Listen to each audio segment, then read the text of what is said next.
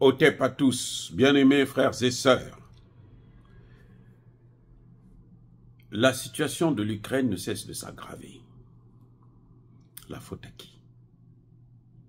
Ce n'est pas à cause de la Russie, c'est à cause des États-Unis et de la Grande-Bretagne.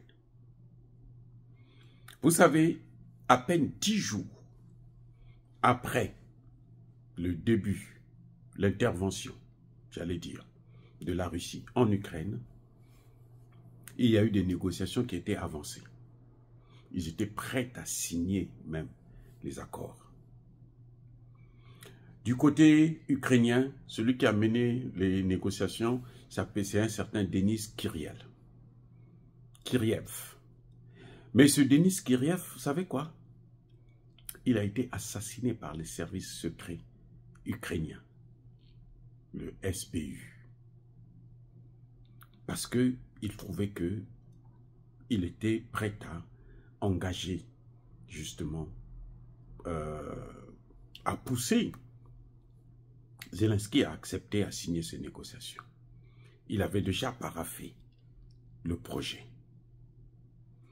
Il a fallu que Boris Johnson, à l'époque Premier ministre britannique, qu'il se déplace, qu'il vienne jusqu'en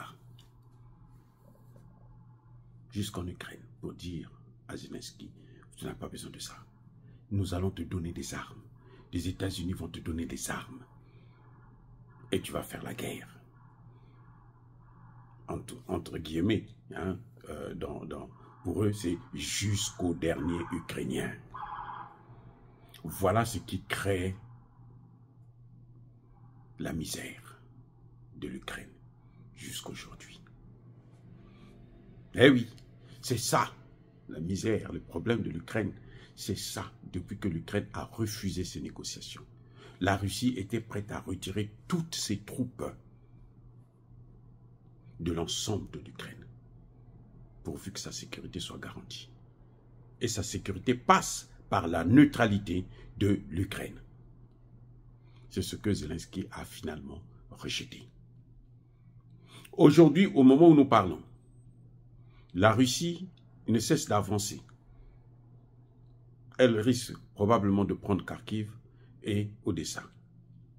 Et s'ils prennent ça, ça ne reviendra plus dans les mains de l'Ukraine. Parce qu'il y a des Russes, des civils russes, puisque malheureusement l'Ukraine envoie des missiles dans des cités, hein, habitées, dans des quartiers résidentiels. Elle bombarde des quartiers résidentiels. Donc elle fait des victimes civiles. Oui. Et que ces victimes-là ne sont pas mortes pour rien. C'est ça le problème. Ils ne vont pas mourir pour rien. Et Vladimir Poutine le sait. Il n'y aura pas de pitié. On ne reviendra plus sur les frontières de 2011. C'est-à-dire, plus tôt l'Ukraine va négocier, plus tôt elle va préserver le territoire, une partie du territoire. Plus la Russie va avancer, plus la Russie va récupérer ces territoires-là et elle ne les rendra pas à l'Ukraine. Ils peuvent avoir le soutien des États-Unis, du monde entier.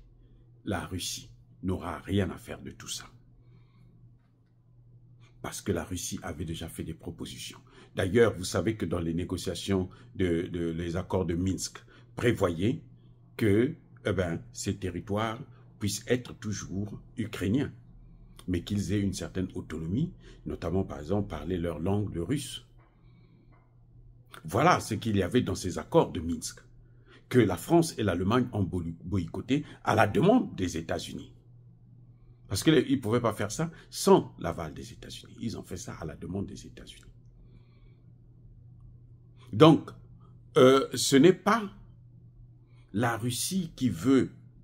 La Russie n'a jamais voulu envahir l'Ukraine. Non, parce que quand on veut envahir un pays comme l'Ukraine, on n'envoie pas 100 000 soldats. Non, on envoie des milliers de soldats. Donc, la Russie, son intention, ce n'était pas ça. Son intention, c'était de donné un avertissement solennel et sévère à l'Ukraine. Et l'Ukraine l'avait compris. Mais les Américains et les Anglais sont venus tout casser. Et puis bon, voilà maintenant là où on en est, où la crise est larvée. C'est maintenant l'OTAN carrément qui se bat. L'Ukraine manque même des soldats. Aujourd'hui, ils peuvent avoir des armes, il leur faudrait des hommes. Parce que pour un opérateur de char, il lui faut au moins une dizaine de personnes derrière lui pour le soutenir, pour la maintenance, pour ceci ou pour cela. C'est pas parce qu'on est un opérateur de char que ça suffit. Non. Il faut qu'il y ait, c'est toute une équipe pour un seul char. Il faut au moins une dizaine, une vingtaine de personnes autour. Et ça, c'est le grand problème que l'Ukraine a aujourd'hui. Trouver des hommes. Le secrétaire général de l'OTAN venait de déclarer que nous avons maintenant de l'argent, nous donnons des armes, c'est maintenant à l'Ukraine de trouver les hommes. Enfin, il n'a pas dit ça directement comme je suis en train de l'expliquer, mais en fait, l'idée c'est celle-là. L'Ukraine doit trouver les hommes. Et quitte à aller jusqu'au dernier Ukrainien. Et ça, ce n'est pas chercher la paix. Dire cela, c'est inciter à la haine ou à la violence, non. Yaba colère, encore une fois de plus, bien aimés frères et sœurs, je persiste et je signe, soyez bénis, abondamment bénis par le Dieu des Kémites et par nos ancêtres angélisés. Mais que tous ceux qui persécutent le continent africain le pillent et le déstabilisent, qu'ils soient noirs, blancs, chinois, arabes, juifs, indiens ou qui qu'ils soient, qu'ils soient punis, maudits, foudroyés, neutralisés, écrasés, effacés par le Dieu des Kémites et par nos ancêtres angélisés. Vive l'Afrique éternelle, j'ai dit et j'assume.